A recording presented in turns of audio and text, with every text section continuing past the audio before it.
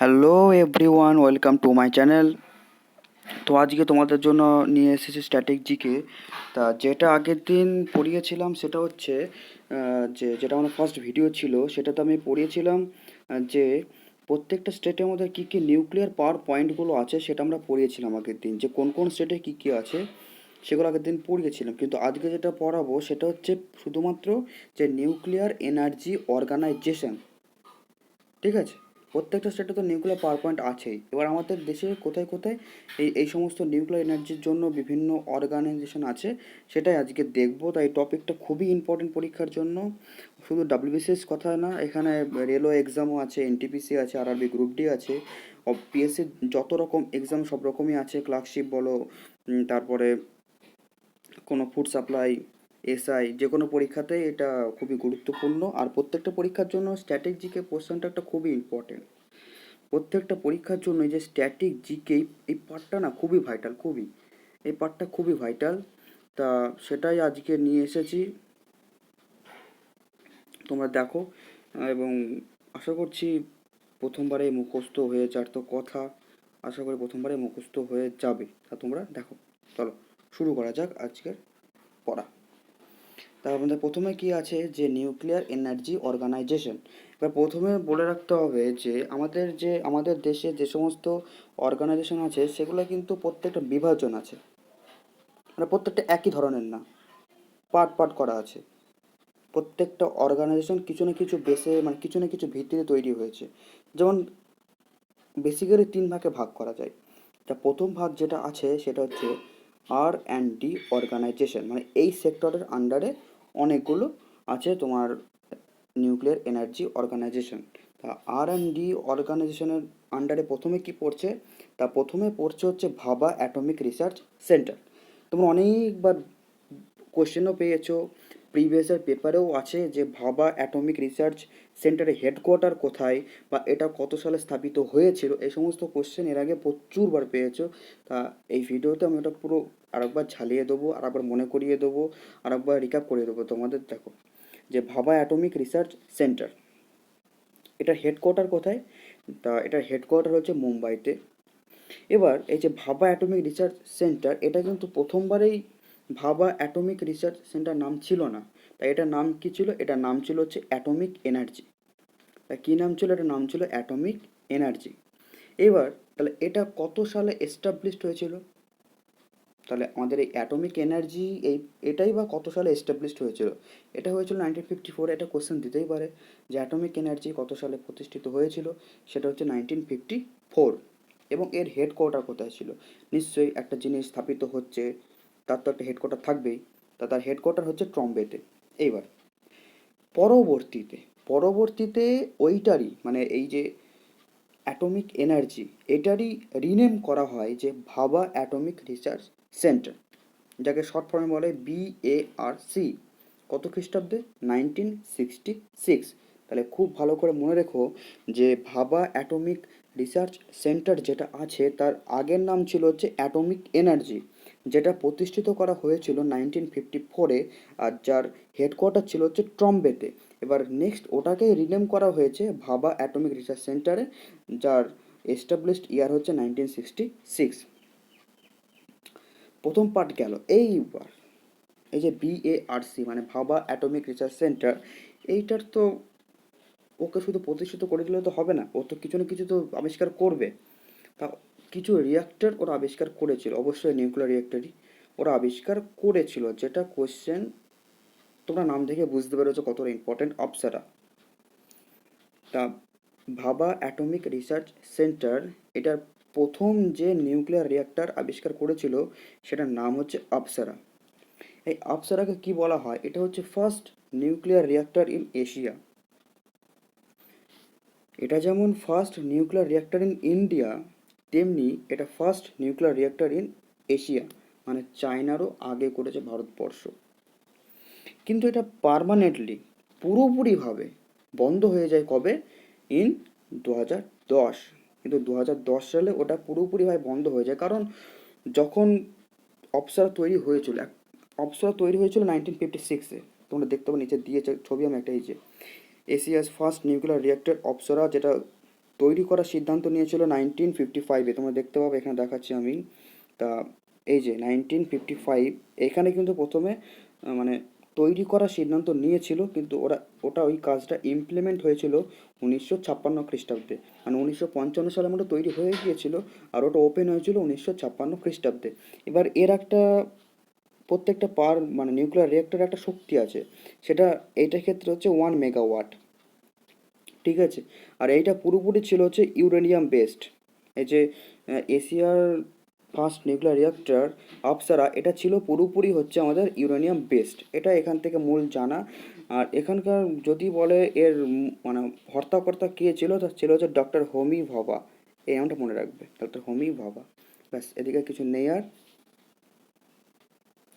তাহলে প্রথমে কি পড়ালাম, এটা যে আপসরা আবিষ্কার হলো 1955-এ, ইমপ্লিমেন্ট হয়েছিল 1956-এ। এটাই হচ্ছে আমাদের first nuclear reactor in Asia.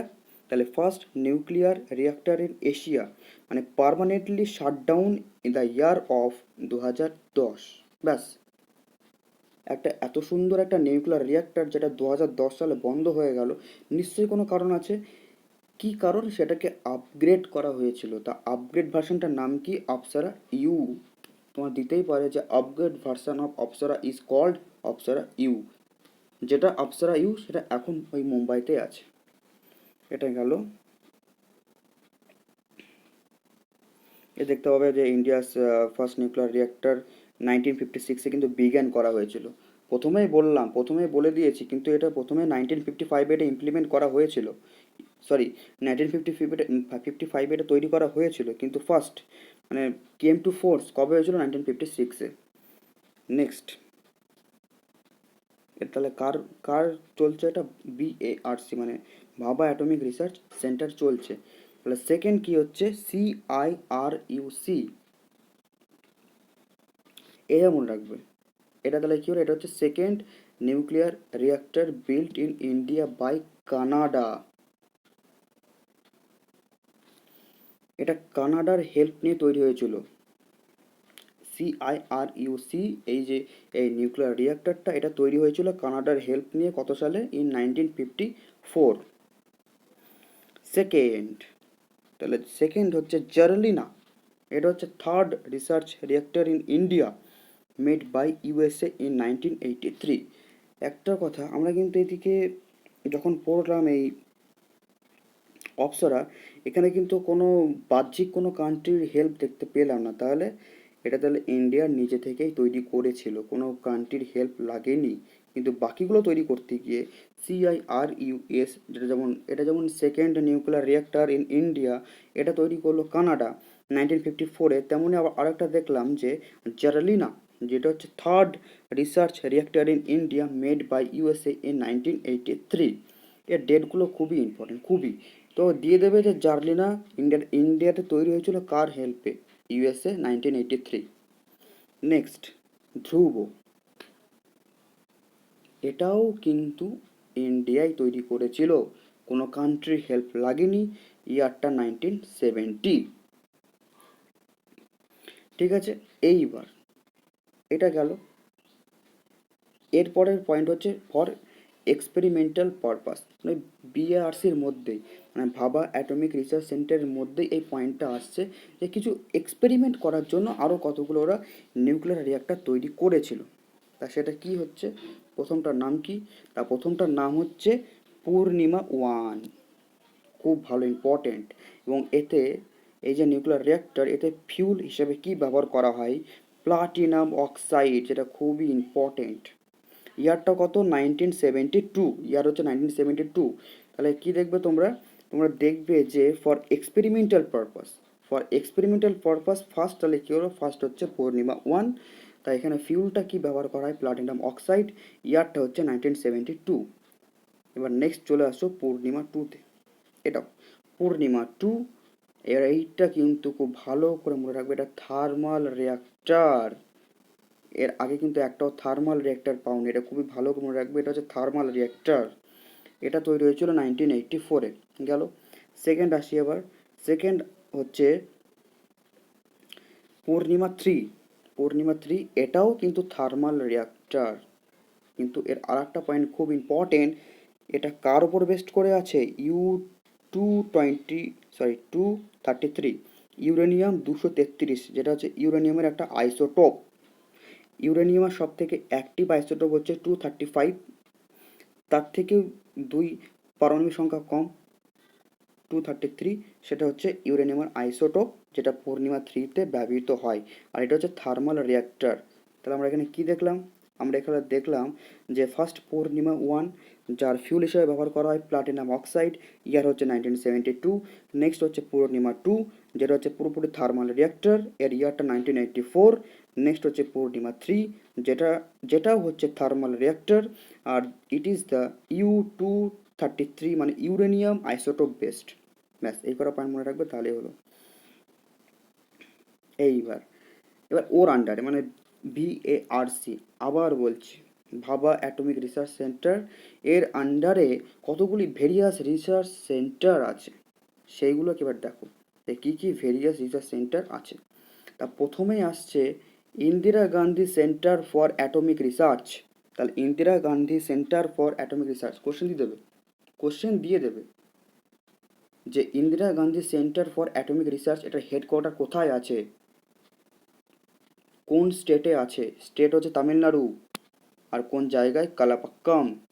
খুব ভালো করে জানো যে কালাপাক্কামে একটা নিউক্লিয়ার রিঅ্যাক্টরও আছে। ইয়ার কবে? ইয়ার হচ্ছে 1971। এবার সেকেন্ডটা যাই। সেকেন্ডটা হচ্ছে রাজা রামমোহন রয়। সেকেন্ড হচ্ছে রাজা রামমোহন রয় সেন্টার ফর অ্যাডভান্স টেকনোলজি। একটা কথা বলছি, তোমরা জানি চ্যাপ্টারটা পড়েছো, কিন্তু এত ডিপলি আশা করছি কেউ পড়োনি। তা যদি খুবই হেল্পফুল হয় তো প্লিজ আমার চ্যানেলটাকে লাইক, শেয়ার, কমেন্ট আর সাবস্ক্রাইব করে দিও, কারণ ফার্স্ট ভিডিও খুবই হেল্পফুল হবে। তাহলে তোমরা দেখো এই ভিডিওগুলো খুবই হেল্পফুল হবে, এবং আমি এর পরপর সব সিরিজ নিয়ে আসবো, তোমরা দেখতে থাকো, খুব উপকার হবে পরবর্তী বা আপকামিং যে কোনো এক্সামের জন্য। তাহলে নেক্সট আমরা কী পড়বো? নেক্সট পড়বো হচ্ছে রাজা রামমোহন রয় সেন্টার ফর অ্যাডভান্স টেকনোলজি। তাহলে রাজা রামমোহন রয় সেন্টার ফর অ্যাডভান্স টেকনোলজি, এটার হেডকোয়ার্টার কোথায় আছে? ইন্দোর। ইন্দোরটা কোথায়? মধ্যপ্রদেশ। আমরা আরও জানি যে মধ্যপ্রদেশ আর কী কারণের জন্য বিখ্যাত আছে মধ্যপ্রদেশ? যেখানে পান্না হীরের খনি পাওয়া যায়, যেখানে পান্না হীরাখনি পাওয়া যায়, যেটা হচ্ছে এশিয়ার একমাত্র অ্যাক্টিভ হীরাখনি, তার নাম হচ্ছে পান্না, সেটা হচ্ছে মধ্যপ্রদেশে আছে। নেক্সট হচ্ছে এটা এটা খুব একটা ইম্পর্টেন্ট নেই, তো এটা জেনে রাখো যে ভ্যারিয়েবল এনার্জি সাইক্লোন সেন্টার, যেহেতু আমাদের প্রিয় ওয়েস্ট বেঙ্গল আন্ডারে আছে তাই দিয়ে দিয়েছে এটা, যে ভ্যারিয়েবল এনার্জি সাইক্লোন সেন্টার, সেটা হচ্ছে হেডকোয়ার্টার কলকাতা। এটা মনে রাখবে জাস্ট। তাহলে আমরা তিনটে কিন্তু হেডকোয়ার্টার পেলাম, তাই না? তিনটে হেডকোয়ার্টার কী কী? যে Indira Gandhi centre for atomic research, যার হেডকোয়ার্টার হচ্ছে কালপাক্কম মানে তামিলনাড়ু, ইয়ার হচ্ছে 1971। নেক্সট হচ্ছে রাজা Rammohan Roy centre for advance technology, যার হেডকোয়ার্টার হচ্ছে ইন্দোর, মধ্যপ্রদেশ। আর মধ্যপ্রদেশ কী জন্য বিখ্যাত আর একটা বললাম, মধ্যপ্রদেশ বিখ্যাত হচ্ছে এখানে পান্না ডায়মন্ড খনি আছে, যেটা হচ্ছে এশিয়ার সবথেকে অ্যাক্টিভ ডায়মন্ড খনি। আর একটা লাস্ট কি বললাম, যে ভ্যারিয়েবল এনার্জি সাইক্লোন সেন্টার, যার হেডকোয়ার্টার হচ্ছে কলকাতা, ওয়েস্ট বেঙ্গল। এইবার আমরা বলেছিলাম যে কতগুলো সেক্টরে ভাগ করব আমাদের এই নিউক্লিয়ার অর্গানাইজেশনগুলোকে। তার মধ্যে সেকেন্ড সেক্টর হচ্ছে পাবলিক সেক্টর আন্ডারটেকিং। আগেরটা কি ছিল? R&D মানে রিসার্চ অ্যান্ড ডেভেলপমেন্ট। সেকেন্ড হচ্ছে পাবলিক সেক্টর আন্ডারটেকিং, মানে এটা পুরোপুরি পাবলিক। আগেরগুলোতে যদি 10%ও যদি গভর্নমেন্টের কন্ট্রিবিউট থাকে, এগুলোতে গভর্নমেন্টের কোনো কন্ট্রিবিউট নেই, এগুলো পুরোপুরি পাবলিক। তার মধ্যে প্রথম কি হচ্ছে? প্রথমে আসছে যেটা, সেটা হচ্ছে nuclear power corporation of India limited. তা প্রথমে আসছে আমাদের হচ্ছে nuclear power corporation of India limited, যার হেডকোয়ার্টার হচ্ছে মুম্বাইতে। মুম্বাইটা কোথায় আছে? মহারাষ্ট্রতে। এইবার এইটা তো দিয়ে দিলাম, এটা শর্ট ফর্ম কী পারে বলো তো? NPCIL মানে হচ্ছে nuclear power corporation of India limited, headquarter Mumbai, Maharashtra.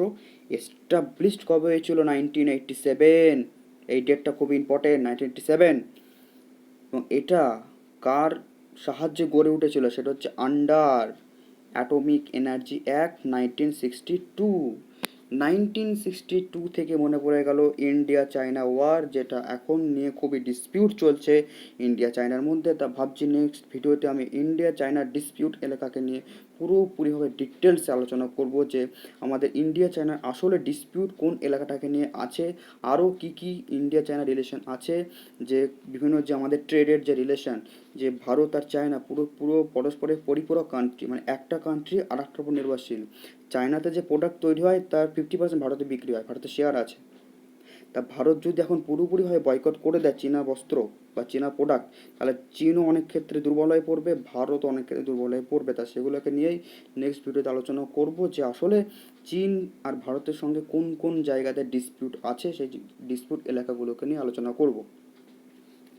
এইটুকু আপাতত জেনে রাখো যে nuclear power corporation of India limited, যার হেডকোয়ার্টার হচ্ছে মুম্বাই মহারাষ্ট্র, এস্টাবলিশড হচ্ছে 1987, আর এটা তৈরি হয়েছিল under atomic energy act 1962।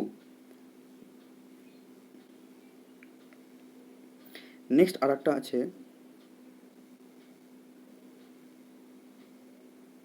Next হচ্ছে যে ভারতীয়, দ্য ভারতীয় নাভিকিয়া বিদ্যুৎ নিগম লিমিটেড, দ্য ভারতীয় নাভিকিয়া বিদ্যুৎ নিগম লিমিটেড। এগুলো এগুলো প্রত্যেকটা ইম্পর্টেন্ট, প্রত্যেকটা, যাকে শর্ট ফর্মে বলাই ভাবিনি।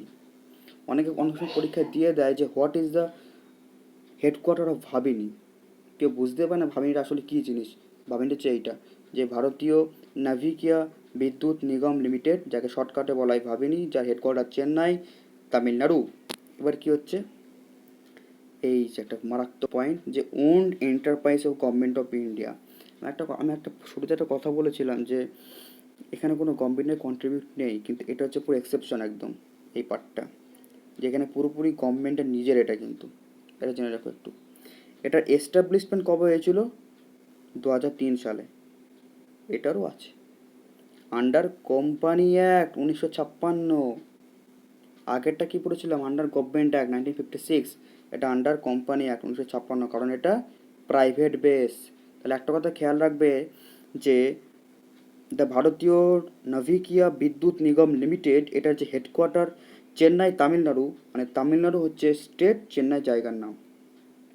তাই ভাবিনি, এটাকে শর্টকাটে ভাবিনি বলা হয়, কিন্তু এটা খুব একটা ইম্পর্টেন্ট জিনিস, যেটা গভর্নমেন্টের নিজস্ব, এটা এটা গভর্নমেন্টের পুরোপুরি নিজস্ব। ঠিক আছে, চলো নেক্সট। এই যে নেক্সট চলে আসলো economic corporation of India limited. একদম পরীক্ষা খাতে দিয়ে দেবে যে economic corporation of India limited headquarter কোথায়? হায়দ্রাবাদ, তেলেঙ্গানা। অনেকে কোয়েশ্চেন উত্তর না করে চলে আসবে, কী বলবে? কোয়েশ্চেন বাড়ি থেকে এসছে।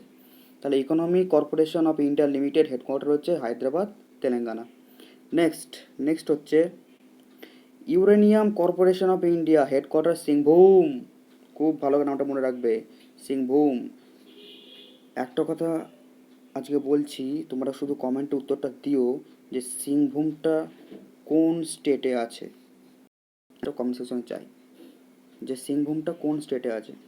তাহলে কী কী দেখলে? যে uranium corporation of India headquarter Singhbhum. তোমরা অ্যান্সারটা দেবে কমেন্ট সেকশনে, যে সিংভূমটা কোন জায়গাতে আছে। আর এর আগেরটা কী দেখলাম? যে economic corporation of India limited, যার হেডকোয়ার্টার হচ্ছে হায়দ্রাবাদ, তেলেঙ্গানা। নেক্সট, এইবার থার্ড চলে আসছে, যে ইন্ডাস্ট্রিয়াল ফেসিলিটিস। এখানে এখানে সব পরপর সবই হেডকোয়ার্টার বলো বা প্রতিষ্ঠান কোথায় কী আছে সেগুলো পরপর আছে। চলো চট করে দেখি না একবার, যে হেভি ওয়াটার বোর্ড কোথায় আছে? মুম্বাইতে আছে। নেক্সট কী আছে? নেক্সট হচ্ছে তোমার নিউক্লিয়ার ফিউল কমপ্লেক্স কোথায় আছে? হায়দ্রাবাদে আছে। নেক্সট কী আছে? নেক্সট হচ্ছে board of radiation and isotope technology, মুম্বাইতে। খুবই ইম্পর্টেন্ট, তিনটে খুবই ইম্পর্টেন্ট। আর তিনটে কী বললাম? যে হেভি ওয়াটার বোর্ড হচ্ছে মুম্বাইতে, নিউক্লিয়ার ফিউল কমপ্লেক্স হচ্ছে হায়দ্রাবাদে, আর board of radiation and isotope technology, এটা হচ্ছে মুম্বাইতে। এইবার যেটা আসছে নেক্সট, খুবই ইম্পর্টেন্ট, যে tata institute of fundamental research. Tata institute of fundamental research, যাকে সংক্ষেপে বলা হয় TIFR। এর কিন্তু এক্সামও হয়, TIFR এক্সামও হয়, যেটা পুরো ইন্ডিয়াতে মিলে 3টে সিট থাকে। Tata institute of fundamental research established কে করেছিল? ডক্টর ভাবা, ডক্টর ভাবা। ইয়ার 1945। হেডকোয়ার্টার হচ্ছে আমাদের মুম্বাই, হেডকোয়ার্টার হচ্ছে মুম্বাই, তাই এটা মনে রাখো। যে টিআইএফআর সংক্ষেপে বলা হয়, যে tata institute of fundamental research, যার এস্টাবলিশড হয়েছিল 1945-এ বাই ডক্টর ভাবা অ্যান্ড হেডকোয়ার্টার হচ্ছে মুম্বাই। এইবার লাস্ট শাখা হচ্ছে এইডেড ইনস্টিটিউশন, এটাই হচ্ছে লাস্ট ভাগ, মানে এর আন্ডারে কী কী আছে। তাহলে এর আন্ডারে প্রথমে আছে টাটা মেমোরিয়াল সেন্টার, যেটা আছে মুম্বাইতে। তাহলে টাটা মেমোরিয়াল সেন্টার কোথায় আছে? মুম্বাইতে। নেক্সট নিয়ে আসো, নেক্সট হচ্ছে এটা আমাদের কলকাতাতে, যে Saha institute of nuclear physics, Saha institute of nuclear physics, এটা কলকাতাতে আছে। নেক্সট আছে হচ্ছে যে হরিশচন্দ্র রিসার্চ ইনস্টিটিউট, যেটা আছে প্রয়াগরাজ। এবার প্রয়াগরাজ কাকে বলা হয় সেটা হচ্ছে এলাহাবাদ। যে হরিশচন্দ্র রিসার্চ ইনস্টিটিউট হচ্ছে প্রয়াগরাজ, যেটা হচ্ছে এলাহাবাদ। নেক্সট কি আছে? নেক্সট আছে হচ্ছে ইনস্টিটিউট অফ ম্যাথামেটিক্যাল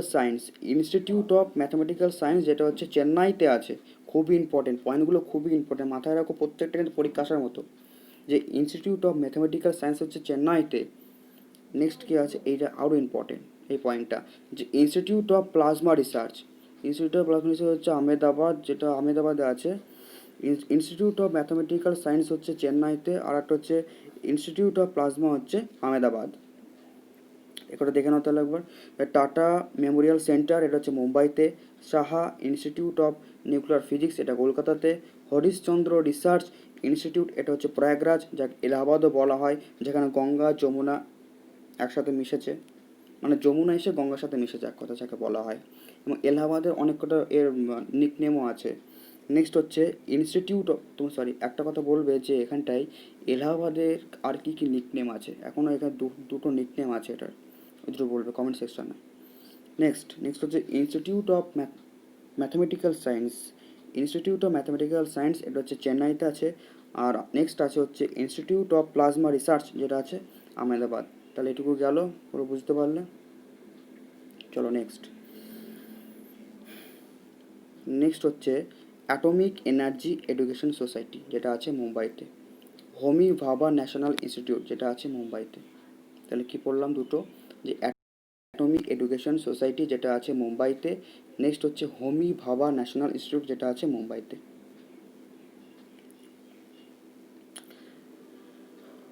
এইবার ভারত তো কিছু নিউক্লিয়ার ওয়েপেন তৈরি করেছে নাকি? অবশ্যই করেছে। তা সেইটার লিস্ট একটু দেখে নিই, যে list of nuclear weapons test in India, মানে কী কী টেস্ট করা হয়েছে ভারতে। তা ফার্স্টে যে পয়েন্টটা তোমরা সবাই জানো, যে smiling Buddha, first successful nuclear bomb, ঠিক আছে। এটা কোথায় করা হয়েছিল? যে ইন দ্য ইয়ার 1974, 18 মে, ডেটটা মনে রাখবে, 18 মে, আর ইয়ারটা হচ্ছে 1974। কোথায় করা হয়েছিল? এই যে করা হয়েছিল army base Pakistan test range, রাজস্থানের কাছে, যে পাকিস্তানের যে আর্মি বেসটা আছে, বিশেষ করে পোখরান, জায়গার নাম হচ্ছে পোখরান, মনে রাখবে। ব্যাস, এইটুকু জেনারেল যথেষ্ট। তাহলে কী কী জানলে এখান থেকে? যে স্মাইলিং বুদ্ধা যে first successful nuclear bomb in the ইয়ার 1974, এটা তৈরি করা হয়েছিল 18 মেতে, বা এটাকে টেস্ট করা হয়েছিল। নেক্সট হচ্ছে army base Pakistan test range, মানে রাজস্থানের কাছে যে পাকিস্তানের আর্মি বেস আছে, ওইখানে ওটা টেস্ট করা হয়েছিল, ওটার নাম হচ্ছে পোখরান। এবার নেক্সট তৈরি করা হয়েছে